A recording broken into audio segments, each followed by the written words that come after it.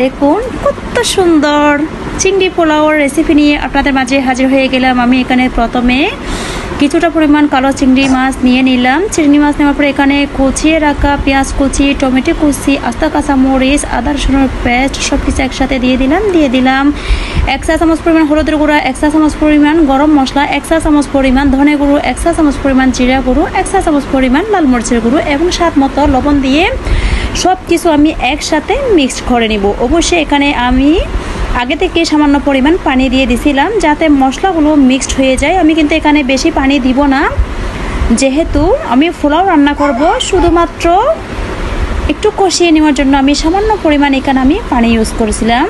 দেখুন একটু নেড়ে ছেড়ে ভালো মতো আমি 10 মিনিট মতো চিংড়ি মাছগুলো রান্না করব। যেহেতু চিংড়ি মাছ রান্না করতে সময় লাগে না, ঝটপট হয়ে যায়। এই তো আমার মাছগুলো কিন্তু হয়ে গেছে। এরপর একটা কড়াইয়ের মধ্যে আমি পরিমাণ মতো তেল দিয়ে তেল গরম হয়ে এলে আমি এখানে দিয়ে দিব কুচিয়ে রাখা প্রায় 2টা মতো পেঁয়াজ এখানে কুচিয়ে রেখেছিলাম। পেঁয়াজগুলো একটু নেড়ে ছেড়ে নরম হয়ে এলে, একটু কালারটা একটু চেঞ্জ হয়ে এলে এরপর আমি এখানে দিয়ে দিব 5 থেকে 6টা মতো লবঙ্গ, 3টা তেজপাতা একটু ছিঁড়ে দিয়েছিলাম, তারপর হচ্ছে কয়েক টুকরো দারচিনি। এরপর সবগুলো দেওয়ার পর আমি একটু ভালো মতো কষিয়ে নিব। কষিয়ে নেওয়ার পর আমি এখানে আমার সিদ্ধ করে রাখা চিংড়ি মাছগুলো দিয়ে দিব। আপনারা অবশ্যই দেখে বুঝতে পারতেছেন। চিংড়ি মাছ দেওয়ার পর আমি একটু ভালো মতো নেড়ে ছেড়ে এরপর হচ্ছে আগে থেকে ধুয়ে রাখা চালগুলো আমি এখানে দিয়ে দিব। চালগুলো কিন্তু আমি আগে থেকে ধুয়ে ভিজিয়ে রেখেছিলাম, পানি ঝরাতে দিয়েছিলাম। অবশ্যই আপনারাও এভাবে ধুয়ে রাখবেন, আগে থেকে পানি জড়িয়ে যাওয়ার জন্য অবশ্যই আগে থেকে ধুয়ে রাখবেন।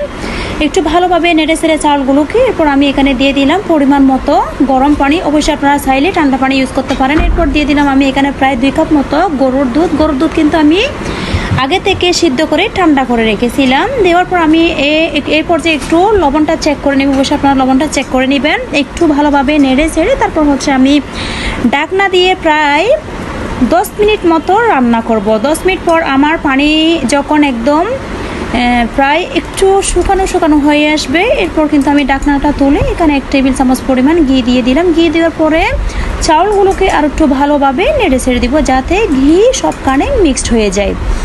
এই যে দেখতেছেন আমি নেড়ে ছেড়ে দেওয়ার পর কিন্তু ঢাকনা দিয়ে আরও প্রায় 10 মিনিট মতো প্রায় লো আছে আমি আমার পোলাওগুলো রান্না করব। আপনারা অবশ্যই দেখে বুঝতে পারতেছেন কালারটাও কিন্তু অনেক সুন্দর আসছে। আমার কিন্তু প্রায় পোলাও হয়ে আসছে।